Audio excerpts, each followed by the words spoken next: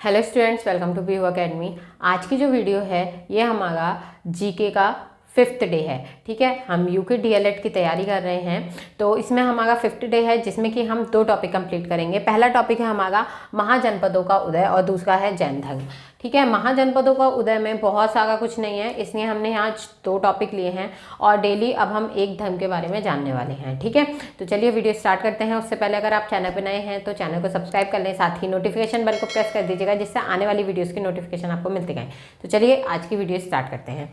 सबसे पहले देखिए, महाजनपदों का उदय। महाजनपदों का उदय वो समय था जबकि जनपदों में भारतवर्ष को बांटा जाने लगा था, यानी कि भारतवर्ष जो है वो एक ही बन के नहीं रह गया था, अब उसके टुकड़े होने लगे थे। ठीक है, तो यहाँ पे बताया गया है कि महाजनपदों के उदय में कि जो भारत था, ठीक है, महाजनपदों के उदय में क्या बताया गया है कि बुद्ध, महात्मा बुद्ध की बात हुई है यहाँ पे। तो बुद्ध के जन्म से पहले 6वीं शताब्दी ईसा पूर्व में, ठीक है, कब 6वीं शताब्दी ईसा पूर्व में भारतवर्ष को कितने जनपदों में बांटा गया था? 16 जनपदों में बांटा गया था। ठीक है, और इसकी जानकारी हमें कहाँ से मिलती है? ये जानकारी हमें मिलती है बौद्ध ग्रंथ से। बौद्ध ग्रंथ का नाम क्या है? अंगुत्तर निकाय।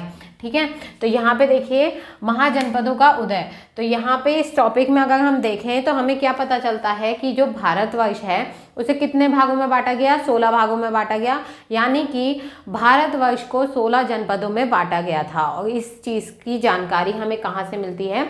अंगुत्तर निकाय से मिलती है। ठीक है, कब बांटा गया था? 6वीं शताब्दी ईसा पूर्व में, यानी कि महात्मा बुद्ध के जन्म से पहले। ठीक है, यहाँ से आपके 2 क्वेश्चन बनते हैं। कौन से क्वेश्चन बनते हैं? सबसे पहले तो एक ये क्वेश्चन बनता है कि अंगुत्तर निकाय क्या है। ठीक है, क्या है वो? एक बौद्ध ग्रंथ है। ठीक है, इसके अलावा इसमें हमें किस चीज़ की जानकारी मिलती है? 16 जनपदों की जानकारी मिलती है। ठीक है, एक क्वेश्चन दूसरा ये बनता है कि अगर आपसे इस तरह से पूछ लें कि जो 16 भारतवर्ष को 16 जनपदों में बांटा गया, ये जानकारी आपको कहाँ से मिलती है? तो ये आपको अंगुत्तर निकाय ग्रंथ से पता चलता है। ठीक है, तो इसके जो जनपदों के नाम हैं, ठीक है, उसकी जो लिस्ट है वो मैं टेलीग्राम पे आपको प्रोवाइड करवा दूंगी, आप वहाँ से ले सकते हैं। ठीक है, और अगर आपने टेलीग्राम को ज्वाइन नहीं किया है तो लिंक आपको डिस्क्रिप्शन में मिल जाएगा, आप वहाँ से ज्वाइन कर सकते हैं। ठीक है, दोनों में से किसी को भी ज्वाइन कर लीजिएगा, मैथ्स विद तन्नू को या पीयू अकेडमी को, दोनों पे ही मैं इसे अपलोड कर दूंगी। ठीक है, दोनों पे ही पोस्ट कर दूंगी। चलिए अब हम देखते हैं, नेक्स्ट टॉपिक है हमारा जैन धर्म। आप जैन धर्म के बारे में जाने। देखिए, आप लोगों के पास लूसेंट की बुक होगी। ठीक है, मोस्टली सभी के पास लूसेंट की बुक होगी, क्योंकि जब हम जीके पढ़ना स्टार्ट करते हैं तो लूसेंट बेस्ट रहती है उसे पढ़ने के लिए। ठीक है, तो यहाँ पे देखिए जो लूसेंट में आपको एक एक करके लाइन करके दिया है। ठीक है, एक एक लाइन में बताया गया है सब कुछ, तो लाइन के हिसाब से अगर हम याद करते हैं तो थोड़ा सा डिफिकल्ट हो जाता है हमारे लिए याद करना। तो हमने यहाँ पे एक छोटा सा चार्ट की तरह तैयार कर लिया जिससे कि हम जल्दी जल्दी उसे याद कर पाएँ।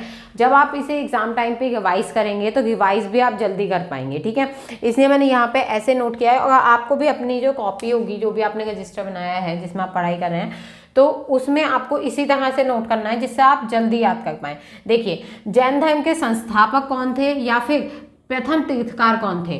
प्रथम तीर्थकार जो भी थे वही संस्थापक थे। ठीक है, यानी कि जैन धर्म की स्थापना किसने की थी? ऋषभ देव ने। ठीक है, ऋषभ देव ने की थी। अब यहाँ पे यही कौन थे? प्रथम तीर्थकार थे, यानी कि यही वो इंसान थे जिन्होंने जैन धर्म को बनाया। ठीक है, जैन धर्म एक मतलब धर्म बनाया अपने आप से कि हाँ ये धर्म है और ये जैन धर्म है और इसमें ये नियम होंगे, इस तरह के लोग होंगे।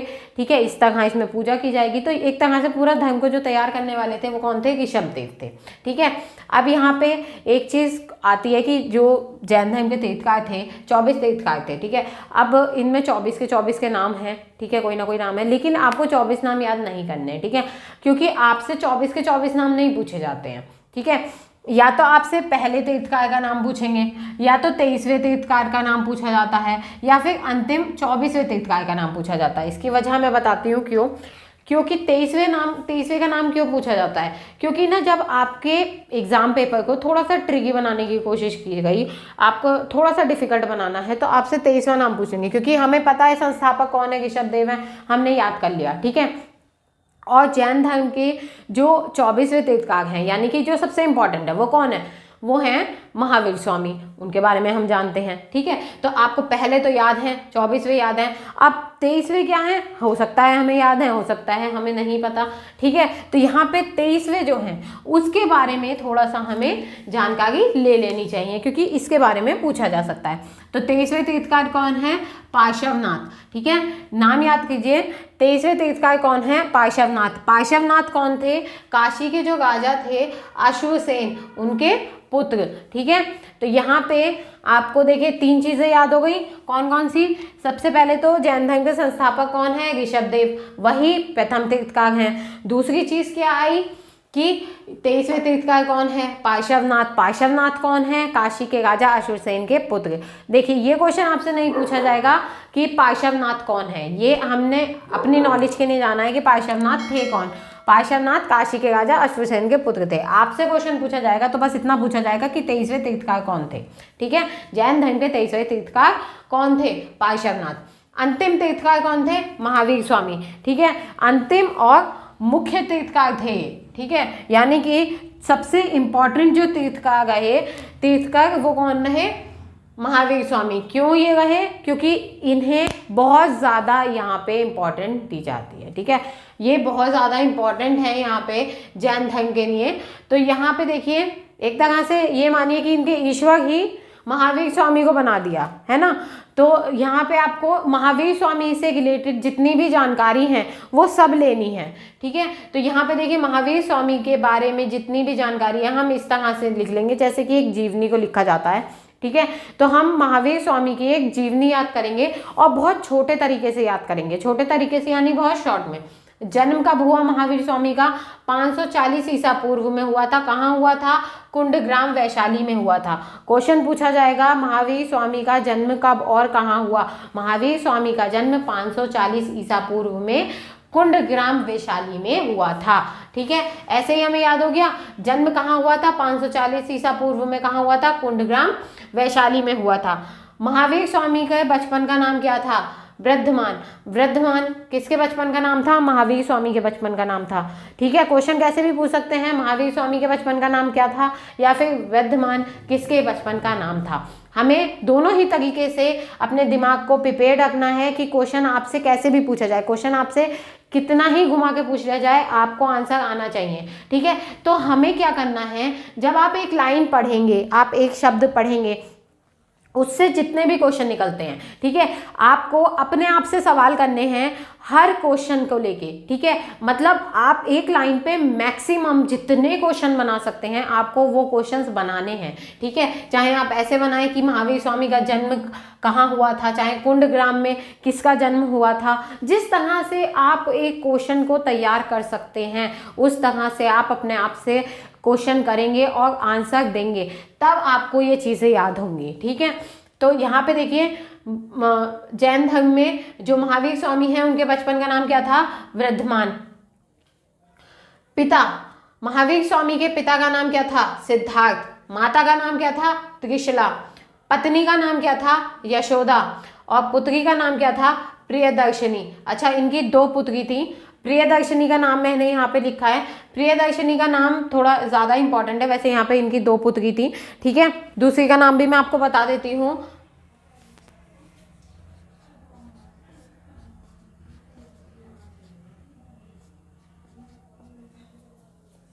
अनुजा। ठीक है, जो दूसरी पुत्री थी उसका नाम था अनुजा। वैसे ये इतना इंपॉर्टेंट नहीं है। ठीक है, प्रियदर्शनी का नाम क्यों इंपॉर्टेंट है मैं बताती हूँ। इनकी जो पुत्री थी प्रियदर्शनी, उनका जो पति था यानी कि महावीर स्वामी का जो दामाद रहा, ठीक है, क्या नाम था, जामिल। जामिल। ठीक है, तो ये जो दामाद था ये क्यों इम्पोर्टेंट है मैं बताती हूँ आपको। ये इसलिए इम्पॉर्टेंट है क्योंकि महावीर स्वामी के जो प्रथम अनुयायी थे यानी कि पहला शिष्य कौन था, ये जामिल ही था, प्रथम अनुयायी। ठीक है, अनुयायी कौन होते हैं, अनुयायी होते हैं मानने वाले। ठीक है, अनुयायी कौन होते हैं, मानने वाले, यानी कि एक तरह से आप मान सकते हैं शिष्य। ठीक है, तो यहाँ पे कहे तो प्रियदर्शनी क्यों इंपॉर्टेंट है, क्योंकि प्रियदर्शनी का ही पति है जामिल, जो कि महावीर स्वामी का दामाद हुआ। और ये कौन था? प्रथम अनुयायी था, यानी कि महावीर स्वामी के जो भी उपदेश दिए गए उन उपदेशों को मानने वाला, जैन धर्म को धारण करने वाला कौन था? जामिल। ठीक है। अच्छा, भाई नंदीवर्धन। ठीक है, भाई कौन थे? नंदीवर्धन। नंदीवर्धन का यहाँ पे क्या रोल रहा महावीर स्वामी के जीवन में कि जो माता पिता का निधन हो जाता है महावीर स्वामी के, तो उसके बाद नंदीवर्धन जो है, ठीक है, इससे अनुमति लेते हैं। महावीर स्वामी नंदीवर्धन से अनुमति लेते हैं और उसके बाद संन्यास जीवन ग्रहण करते हैं। पहले क्या होता था, अभी देखिए यहाँ पे क्या होता है कि आज के टाइम में आप लोगों का जो मन किया आपने वो कर लिया, ठीक है, लेकिन उस टाइम पे अपने से बड़े की बात बहुत ज़्यादा मानी जाती थी। तो यहाँ पे क्या हुआ कि जो बड़ा भाई था, ठीक है, जो बड़ा भाई था उससे पहले पूछा गया कि भाई मैं संन्यास जीवन ग्रहण करना चाहता हूँ, सन्यासी बनना चाहता हूँ, तो मुझे सन्यासी का जो जीवन है वो ग्रहण करने दिया जाए। अनुमति मांगी गई थी, तो अनुमति दी थी नंदीवर्धन ने, तब जाके महावीर स्वामी ने संन्यास ग्रहण किया था। अब उन्होंने संन्यास किस उम्र में ग्रहण किया? अब आपसे क्वेश्चन ये भी तो पूछा जा सकता है, भाई सन्यासी जीवन ग्रहण किया था तो वो कब ग्रहण किया था महावीर स्वामी ने? उसकी आयु थी 30 वर्ष। कब किया था? 30 वर्ष की आयु में। थोड़ी थोड़ी छोटी छोटी चीज़ें होती हैं जो कि हमें याद करनी होती हैं, ठीक है। कब उन्होंने सन्यासी जीवन ग्रहण किया? 30 वर्ष की आयु में, ठीक है। महावीर स्वामी कब संन्यास ग्रहण करा, यानी कि कब सन्यासी बने? तो 30 वर्ष की आयु में बने। यहाँ पे देखिए इनकी मृत्यु कब हुई थी? मृत्यु को जैन धर्म में निगवाड़ कहा जाता है। क्या कहा जाता है? निगवाड़ कहा जाता है। इस चीज़ को ध्यान रखिएगा, क्वेश्चन आ जाता है कि निगवाड़ किसे कहते हैं। जैन धर्म के अनुसार निगवाड़ किसे कहा जाता है? तो जैन धर्म के अनुसार निगवाड़ किसे कहा जाता है? मृत्यु को कहा जाता है, ठीक है। अब यहाँ पे मृत्यु कब होती है? महावीर स्वामी का जैसे जन्म हुआ 540 ईसा पूर्व में, ऐसे ही महावीर स्वामी की जो मृत्यु हुई 468 ईसा पूर्व में हुई थी। कहाँ पे हुई थी? बिहार राज्य के पावापुरी राजगीर में, ठीक है। मतलब आपसे पूछा जाएगा, आपसे इतना लंबा चौड़ा नहीं पूछा जाएगा, आपसे मृत्यु पूछी जाएगी। आपके MCQs में क्वेश्चंस आने हैं, आपसे पूछा जाएगा मृत्यु कब हुई थी? 468 ईसा पूर्व में हुई थी। कहाँ हुई थी? अगर आपको जगह दी है तो पावापुरी देंगे या राजगीर देंगे, ये नहीं देंगे बिहार राज्य में या यहाँ वहाँ, ऐसा कुछ नहीं आने वाला है आपसे। लेकिन हम हाँ पूरा याद करेंगे कि 468 ईसा पूर्व में बिहार राज्य के पावापुरी राजगीर में जो महावीर स्वामी हैं उनकी मृत्यु हुई थी। अच्छा, जब मृत्यु हुई थी उस समय उनकी आयु कितनी थी? उस समय जो महावीर स्वामी की आयु थी वो कितनी थी? 72 ईयर्स, ठीक है। कितनी थी? 72 ईयर्स थी, 72 वर्ष, ठीक है। तो महावीर स्वामी उस समय कितने साल के थे? 72 साल के थे। तो ये देखिए आपको क्लियर हो गया होगा, सारी चीज़ें हमारी क्लियर हो गई हैं। ये जैन धर्म की बिल्कुल इंपॉर्टेंट चीज़ें थी, ठीक है। अभी थोड़ी सी हम चीज़ें और जानेंगे, जैसे कि जो महावीर स्वामी हैं उन्हें ज्ञान कहाँ पे प्राप्त हुआ था, ठीक है, ये हम जानेंगे। एक चीज़ और जानेंगे कि जो जैन धर्म है उसका जो सबसे इम्पॉर्टेंट ग्रंथ है वो कौन सा है, ठीक है। इनकी जीवनी किसमें लिखी हैं, ये वाले जो पॉइंट्स हैं वो और हम देखेंगे, ठीक है। लेकिन उससे पहले हम एक शॉर्ट जल्दी से इसे रिवाइज कर लेते हैं। आप लोग चाहें तो इसका स्क्रीनशॉट ले लीजिए, ठीक है, या नोट कर लीजिए। अब देखिए यहाँ पे जल्दी से एक क्विक, हम जल्दी से बहुत जल्दी में हम इसे रिवाइज करेंगे, ठीक है। सबसे पहले हमने महाजनपदों का उदय देखा। महाजनपदों के उदय में देखिए 6ठी शताब्दी ईसा पूर्व, बौद्ध के जन्म से पहले, ठीक है, 6ठी शताब्दी ईसा पूर्व में भारतवर्ष को कितने जनपदों में बांटा गया था? 16 जनपदों में बांटा गया था। मेरे साथ साथ बोलते रहिए, 16 जनपदों में बांटा गया था। और इसकी जानकारी हमें कहाँ से मिलती है? अंगुत्तर निकाय से, और वो क्या है?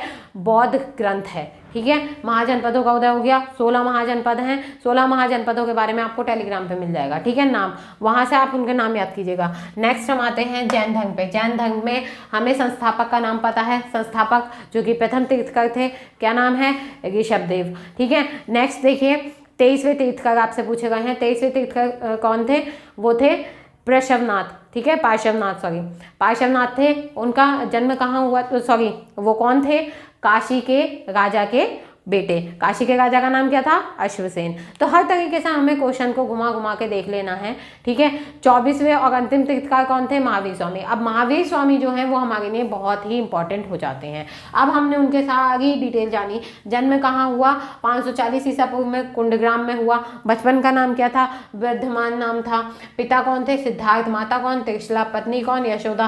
पुत्री कौन? 2 पुत्री थी, प्रियदर्शनी और अनोजा।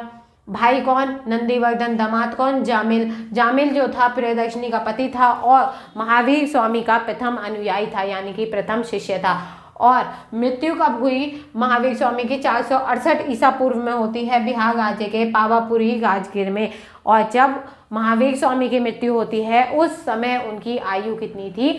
72 वर्ष। इन सब के बीच में एक क्वेश्चन रह गया, वो ये रह गया कि महावीर स्वामी ने जो ज्ञान की प्राप्ति की थी वो कहाँ की थी और कब की थी, ठीक है।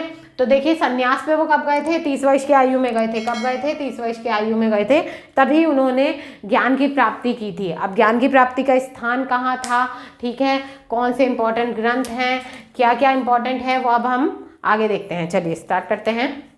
चलिए अब हम आगे का देखते हैं। आगे देखिए यहाँ पे आपका फर्स्ट पॉइंट है कि जो महावीर स्वामी थे उन्हें जो ज्ञान की प्राप्ति थी वो कब हुई। तो देखिए 30 वर्ष की उम्र में उन्होंने संन्यास लिया था, ठीक है। 30 वर्ष की उम्र में जब उन्होंने संन्यास लिया उस समय वो घर से निकले थे, ठीक है। यहाँ पे उन्हें जो ज्ञान की प्राप्ति हुई थी 12 वर्षों के बाद हुई थी, यानी कि इसमें 12 प्लस करें तो 42 वर्ष की उम्र में जो महावीर स्वामी थे उन्हें ज्ञान की प्राप्ति हो गई थी, ठीक है। 12 वर्षों की कठिन तपस्या के बाद महावीर स्वामी को जाम्भिक के समीप, ठीक है, कहाँ पे? जाम्भिक के समीप ऋजुपालिका नदी के तट पर, ऋजुपालिका नदी के तट पर साल वृक्ष के नीचे तपस्या करते हुए संपूर्ण ज्ञान का बोध हुआ। तो यहाँ पे देखिए आपको इतना लंबा आपका आंसर नहीं पूछा जाएगा, बस ये पूछा जाएगा कि महावीर स्वामी को ज्ञान की प्राप्ति किस उम्र में हुई थी? 42 वर्ष की उम्र में। कहाँ पर हुई थी? जाम्भिक के समीप ऋजुपालिका नदी के तट पर साल वृक्ष के नीचे हुई थी। ये आपको क्यों याद करना है? आ जाए कि किस नदी के समीप हुई थी, तो यहाँ पे ऋजुपालिका नदी के समीप हुई थी। किस वृक्ष के नीचे हुई थी? साल वृक्ष के नीचे हुई थी, ठीक है। और कहाँ पे हुई थी? जाम्भिक के समीप, ठीक है, जाम्भिक में हुई थी, ठीक है। तो यहाँ पे आपको इस लंबी सी लाइन को कई तरह से याद करना है, ठीक है। ऐसे याद करना है कि आपसे क्वेश्चन कैसा भी पूछ लें, कितना भी घुमा के पूछ लें, आपको आंसर आना चाहिए, ठीक। नेक्स्ट देखिए, महावीर स्वामी ने अपने उपदेश किस भाषा में दिए? तो किस भाषा में दिए थे महावीर स्वामी ने अपने उपदेश? प्राकृत भाषा में, प्राकृत भाषा या अर्धमागधी भाषा में, ठीक है। तो आपसे क्वेश्चन पूछा जाए कि कौन सी भाषा में महावीर स्वामी ने उपदेश दिए थे? प्राकृत भाषा में दिए थे या फिर अर्धमागधी भाषा में दिए थे? जो भी आपके सामने ऑप्शन हो आप उसमें लगा दीजिएगा, ठीक है। बोथ ऑप्शन हो यानी कि प्राकृत और अर्धमागधी दोनों ही आपको दिए गए हैं, आप प्राकृत पे लगाइएगा, ठीक है। वैसे तो दोनों ही ठीक है, एक ही ऑप्शन दिया जाएगा दोनों में से, लेकिन अगर क्वेश्चन पूछा जाता है और आपसे ऑप्शन के लिए बोलते हैं तो आपको प्राकृत पे लगाना है, ठीक है। नेक्स्ट देखिए कि इनके अनुयायियों को क्या कहा जाता है? निग्रंथ कहा जाता है। क्या कहा जाता है? निग्रंथ कहा जाता है। महावीर स्वामी के अनुयायियों को क्या कहा जाता है? निग्रंथ कहा जाता है। आपसे क्वेश्चन पूछा जाएगा निग्रंथ किसे कहा जाता है? महावीर स्वामी के अनुयायियों को। या आपसे क्वेश्चन पूछा जाता है महावीर स्वामी के अनुयायियों को या जैन धर्म के अनुयायियों को क्या कहा जाता है? तो क्या कहा जाता है? निग्रंथ कहा जाता है। याद रखिएगा महावीर स्वामी के अनुयायी ही नहीं आना है, सिर्फ आपके पास क्वेश्चन में ये भी आ सकता है कि भाई जैन धर्म के अनुयायियों को क्या कहा जाता है, यानी कि जैन धर्म को धारण करने वाले या जैन धर्म के जो शिष्य होते हैं उन्हें क्या कहा जाता है? निग्रंथ कहा जाता है। चीज़ों को समझिए, याद कीजिए, ठीक है। जैन तीर्थंकरों की जो जीवनी है वो क्या है? जैन तीर्थंकरों की जीवनी किसने लिखी? भद्रबाहु ने लिखी। किसने लिखी? भद्रबाहु ने लिखी। और किस नाम से लिखी? कल्पसूत्र के नाम से। अब आपसे क्वेश्चन पूछा जाए कि कल्पसूत्र क्या है? ये एक जैन धर्म का ग्रंथ है। क्या है?